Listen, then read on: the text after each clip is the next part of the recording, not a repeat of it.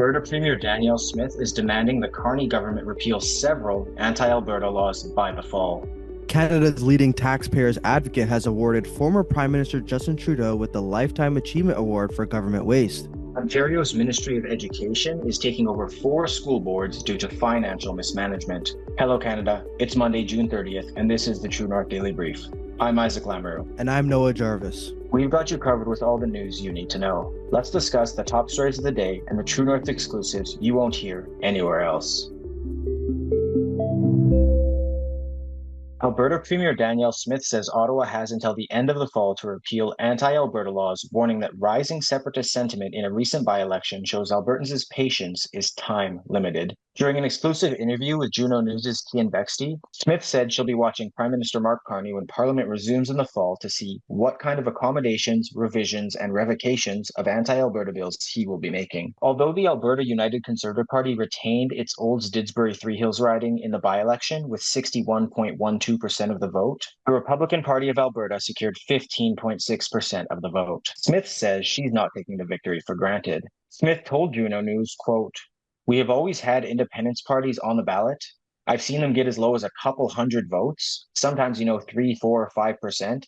This, admittedly, is the highest percentage that I've seen of a separatist candidate in my time watching politics." She said her government will put the issues on the table and attempt to negotiate with the federal government to combat Ottawa's policies, which has held Alberta back. She said those negotiations are on a timer, though, as Albertans are giving Carney the benefit of the doubt. She agreed that bills such as Bill C-48, the Oil Tanker Moratorium Act, and Bill C-69, the No New Pipelines Law, are some of the anti-Alberta legislation Ottawa needs to remove to return investment and allow production in Alberta during the fall sitting. She said the introduction of workaround legislation to those anti-energy laws in the omnibus Bill C-5 is a recognition that those laws have created such a chill on investment that it's unworkable. Smith said she is already disappointed with the federal government, as Carney appears to have not even started pre-positioning to make any changes to anti-energy legislation. She named the Liberals' net zero car mandate, which is set to begin in January and will mandate 20% of new car sales to be net zero vehicles, as one idiotic example coming out of Ottawa.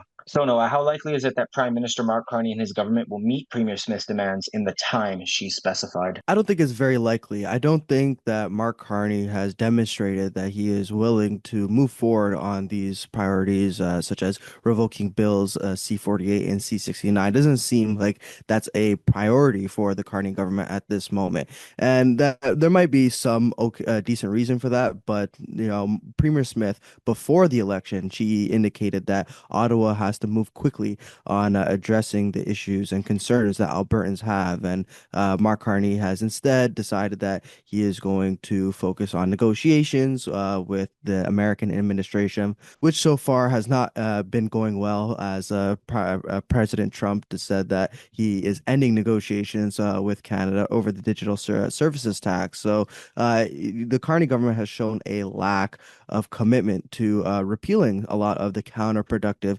taxes and regulations that the Trudeau government has implemented, with the example of the digital services tax, which likely is the catalyst for the trade negotiations breaking down. And the Carney government's insistence that it needs to remain shows their priorities when it comes to taxation and regulation. We're likely going to see something similar. Mark Carney has not committed to repealing the oil tanker moratorium, which is Bill C-48, and he has also not committed to repealing Bill C-69, the quote unquote no new pipelines law, which makes it significantly harder to get pipelines built in this country. Even though he has espoused flowery rhetoric, Alberta Premier Danielle Smith has always tried to keep him to account, keep him accountable for the many commitments that he made on the campaign trail, and to get him to move quickly on this. And it does merit quick action by the federal government. We see that the separatist movement in Alberta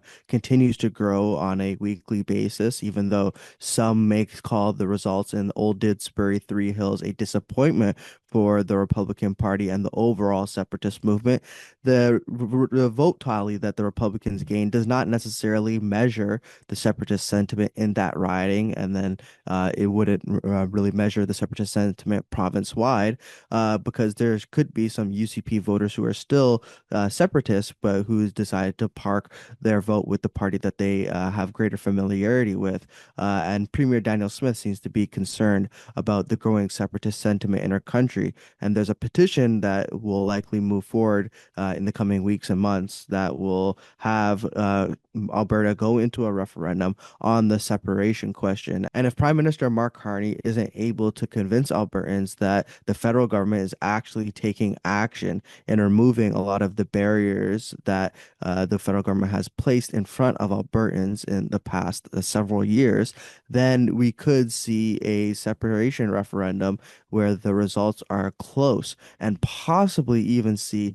Albertans decide to separate in that referendum. And that would be an absolute disaster for Mark Carney. It would be a stain that he would never be able to scrub off of his legacy. And quite frankly, it would mean that he would be one of the worst prime ministers in history in maintaining the national unity based on the back of many of the Trudeau era policies. So I think that they have to move quickly in order to meet many of Premier Smith's demands. But do I think that is likely? I do not think so.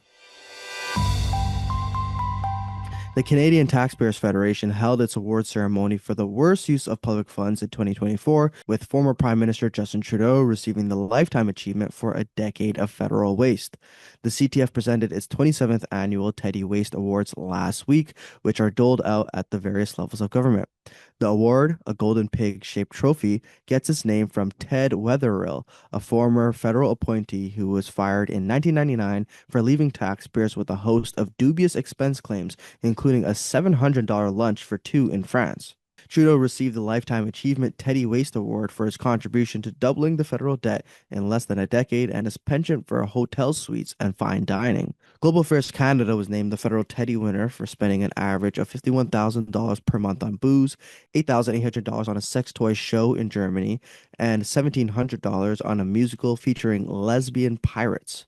New Brunswick won the Provincial Teddy Award for spending $77,000 on an 8-day trip to Europe, attempting to boost European tourism in the province. Their campaign ads also included incorrect information about the province. The city of Calgary took home the Municipal Teddy Award for spending $65,000 so people could call a hotline that played sound recordings to the Bow River, which failed to work. So Isaac, former Prime Minister Trudeau is many things, but one thing he is not is a great manager of the country's finances, as demonstrated by the results in the past 9.5 years. So, Isaac, do you think that fiscal impropriety will become a defining feature of Justin Trudeau's legacy as Prime Minister? Yeah, Noel, I certainly think it will, especially considering during Trudeau's tenure, Canada's debt doubled. That's right.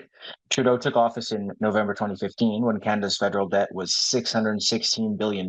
So to double the debt, it had to reach 1.232 trillion, which occurred on August 30th, 2024. Of course, despite Trudeau's previous pledge, the budget did not balance itself. But perhaps something even more interesting, which I saw someone recently highlight on X, was that Trudeau showed the level of fiscal incompetence you can have without being ostracized, in a way that being his party was, of course, re-elected despite its fiscal mismanagement. So the tweet said something along the lines of, the scariest thing about Trudeau was that his predecessors thought they had to adhere to a certain economic standard to remain in office, but perhaps he showed that isn't the case. Of course, Trudeau wasn't reelected, but his party has largely the same people and the same policies that led to the aforementioned debt increase. And some people are suggesting that Prime Minister Mark Carney will be even worse. He keeps making economic pledges and promises, but nobody knows where that money is coming from. Remember, Carney is not presenting a budget this year. Canadian Taxpayers Federation Federal Director Franco Terrazzano said that even in World War II and the Great Depression, budgets were presented, so there really is no excuse. So if printing money doesn't increase the cost of living enough, surely the tariff situation we're in right now will. Well, remember, and you mentioned this briefly, Noah, that the US recently ended all trade negotiations with Canada due to its digital services tax, which taxes tech conglomerates like Meta and Netflix. And remember, they aren't going to stomach that tax without passing it on to the consumer. So when your prices start to increase, don't be surprised. Ontario Education Minister Paul Calandra announced the province is taking over four school boards due to consistent deficit spending in a bid to go back to basics. Calandra announced that supervisors will now oversee the financial decisions of the Toronto District School Board, the Toronto Catholic District School Board, the Dufferin Peel Catholic School Board, and the Ottawa Carleton District School Board following chronic mismanagement. During a Friday press conference announcing the takeover, Calandra said the decision will bring accountability to the school boards that have mismanaged funds, run deficits annually, and depleted reserves. Calandra said, quote, trustees at each school board have the responsibility to manage the funds provided by the province to directly benefit students and teachers in the classroom. Teachers should not be struggling for resources while some boards continue to fund loaded central bureaucracies. He said recent financial investigations have found the boards in question have been running unsustainable deficits and have failed to manage their finances despite having multiple opportunities to address the structural financial issues. The ministry overseers will look not only to balance the school board's budgets, but also ensure that the board eliminates wasteful spending that doesn't provide essential resources to students and teachers. Calandra noted Ottawa Carleton District School Board has run multi-year deficits despite promising balanced budgets, while multiple trustees have resigned and parents are frustrated over things the board is doing. The financial investigation found the board is projecting an accumulated $9.2 million deficit this year. The Toronto District School Board was reported to have an $11.3 million deficit in 2024-25, which is projected to rise to $58 million the following year. Calandra said the Toronto School Board has presented a plan to balance its budget, but the strategy relies on selling assets to achieve this. He told the Toronto Public Board that it refused to deliver a recovery plan until the very last minute. He said the Toronto Catholic District School Board has run a $75 million deficit, and the Dufferin Peel Catholic Board faces a host of other challenges, including being on the brink of bankruptcy. The report stated that the Dufferin Peel Board is projected to have a $106 million deficit at the end of 2024-25. Calandra said the government's policy to allow school boards to manage their finances has been a way for the government and ministry to avoid accountability, but now it needs to take a more active role. He said that when a board sells assets, they should be used to repair, renovate, and fix schools, and they should only do so with the intent to move back into a balanced position. The Ministry of Education will also examine any budgets that boards have already submitted. Calandra also vowed to pause any changes to the school history, kindergarten, financial literacy, and math curricula for 1 year to give teachers appropriate time to properly implement them in the classroom. So, Noah, beyond financial reforms to these school boards, what are some other policies that the Ministry of Education can change and enforce to ameliorate educational programming for students? I think the obvious one is removing wokeism from Ontario schools. We've seen a great proliferation in social justice programming in the past 7 years under the Ford government. Even though in 2018, when Ford was initially running for premier, he stated that he would be removing the current sex ed curriculum in Ontario. And instead of removing the sex ed curriculum, they kept the sex ed curriculum and expanded it to include a whole bunch of LGBTQ plus issues that activists and other lobby groups have encouraged the Ontario Education Ministry to include. So I think that if Paul Calandra, the current education minister, is able to walk back some of these policies, in addition to many of the financial reforms that these boards will undergo, I think that this program would be a great success and could be applied to other school boards. But the main challenge here is definitely the financial impropriety of these school boards, the lack of ability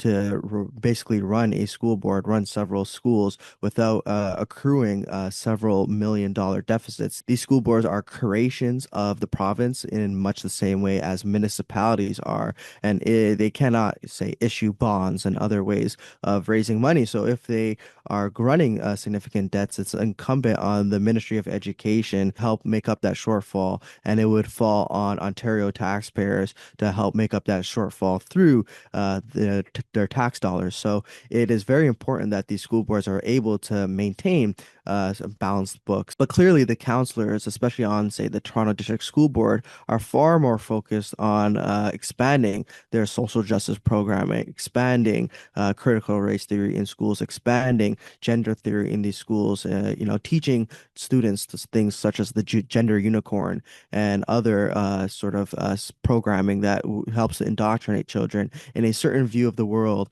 that when they go back to their parents at home, they would have significant disagreements with, or perhaps they're not, yeah, their parents aren't even informed of the type of programming that is in these schools. And that would help cut down on some of the costs that these school boards have been accruing. If you cut back on the DEI offices that these school boards are paying for and all the different staffers in these DEI offices, if you cut back on paying for, say, certain DEI speakers to come to these schools, like racial activists or drag queens who are paid certain sums of money to come to these schools, or instead of paying the Kojo Institute to run DEI, to run anti-racist programming for its staff, you could cut those programming and instead give the staff more time to apply to their students so that we can improve educational outcomes. Because in Ontario, at the very least, educational outcomes have been flatlining and even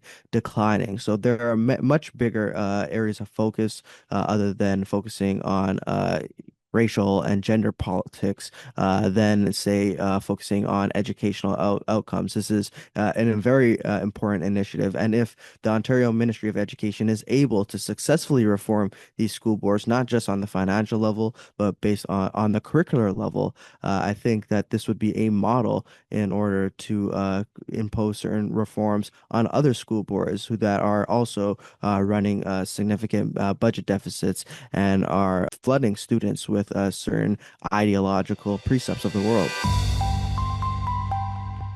That's it for today, folks. Thanks for tuning in. You can stay on top of new episodes every weekday by subscribing to the Daily Brief on iTunes and Spotify. Also, while you're at it, make sure to hit us with a 5-star rating and please leave a review.